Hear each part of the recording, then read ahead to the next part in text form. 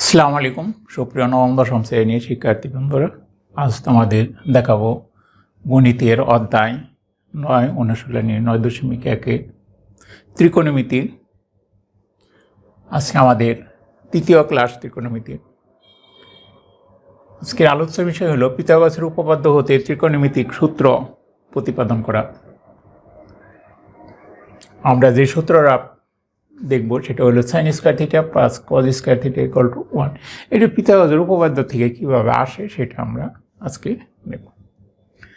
পিথাগোরাসের উপপাদ্যটা হলো সমকোণী ত্রিভুজের অতিভুজের উপর বর্গক্ষেত্র অপর দুই বাহুর উপর বর্গক্ষেত্রের সমষ্টির সমান।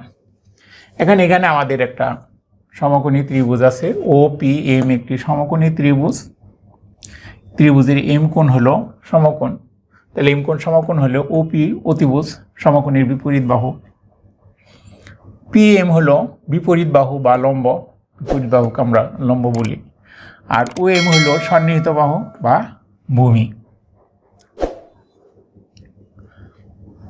তাহলে এখানে চিত্র বর্ণনটা লিখেছে। চিত্রে OPM একটি সমকোণী ত্রিভুজ যার এম কোণ 90 ডিগ্রি বা এক সমকোণ, থিটা কোণের সাপেক্ষে PM লম্ব, তাহলে থিটার বিপরীত বাহু এটা হলো লম্ব, OM ভূমি এবং OP অতিভুজ।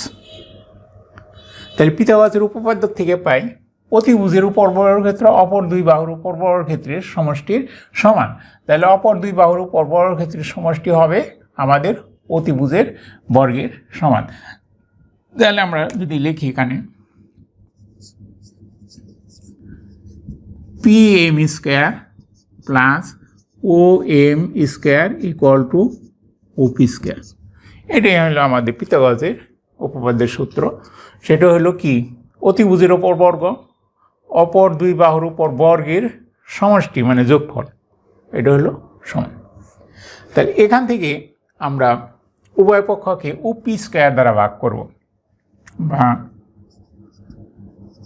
PM square plus OM square divided by OP square equal to OP square divided by OP square.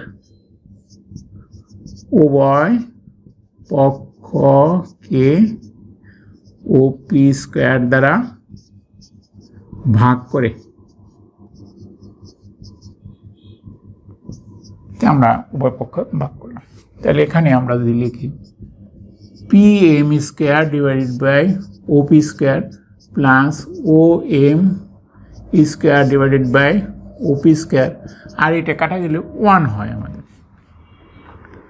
তাহলে দেখো বন্ধুরা, এখানে আমরা যেহেতু এটা করা আছে, আমরা এই যে হরটা আছে হরটা আমরা আলাদা আলাদা করে দিলাম। এটা নিচে লিখলাম, এটা নিচে লিখলাম একই। আবার যদি আমরা লসাগু করি তাহলে আবার এটাই ফিরে আসবে, কিন্তু কোনো সমস্যা নেই।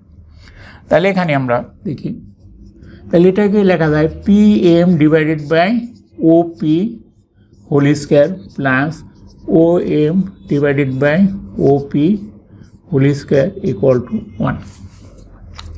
এখন আমরা যে শিখেছিলাম PM বাই OP লম্ব বাই অতিভুজ। তাহলে আমরা আগের ক্লাসে শিখেছি লম্বকে অতিভুজ দিয়ে ভাগ করলে আমরা যে অনুপাত পাই সেটা হলো সাইন। তাহলে এটাকে আমরা লিখতে পারি বা সাইন, যেহেতু থিটা আছে থিটা হোল স্কয়ার হবে, হোল স্কয়ার আছে, প্লাস OM বাই OP, OMটা হলো ভূমি, OP হলো অতিভুজ, ভূমিক অতিভুজ দিয়ে আমরা যে ভাগ করি তাহলে আমরা পাই কস। তাহলে এখানে আমরা লিখব কস থিটা হোল স্কয়ার। তাহলে এই যে তোমরা বলতে পারো থিটাটা আমরা লিখি কি জন্য, থিটাটা এই যে কোণের সাপেক্ষে এখানে যেটা দেওয়া থাকবে সেটার অনুসারে আমাদের এটা লিখতে হবে এই কোণের মধ্যে। তাহলে ইকুয়াল টু আমাদের রাইট হ্যান্ড সাইডে আছে 1। তাহলে এটাকে আমরা যদি করে লিখি স্কয়ারটা sine square theta plus cos square theta equal to 1। তাহলে আমরা সূত্রটা পেয়ে গেছি।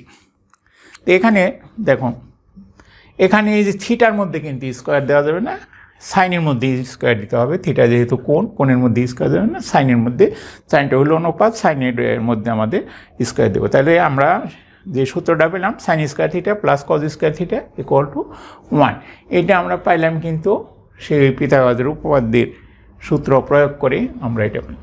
এখন দেখি আমরা এই সূত্রটাকে একটু রূপান্তর করি। যেমন sign square theta equal two plus cos square theta equal to 1।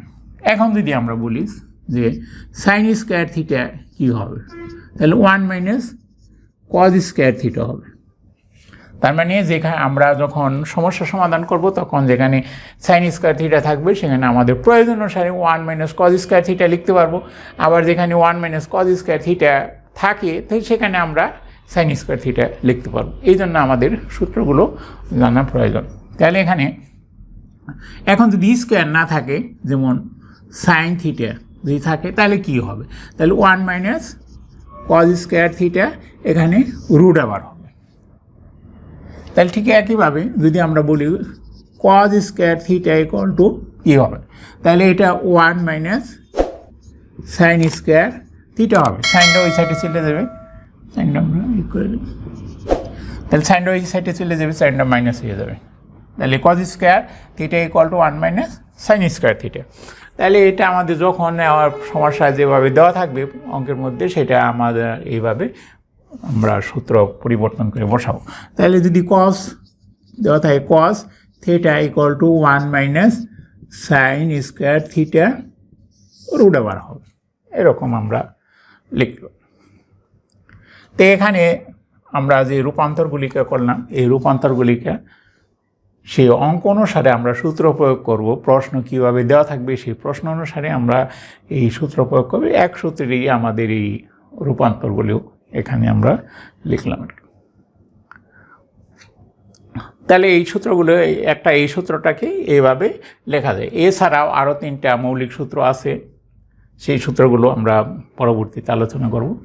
ধন্যবাদ বন্ধুরা।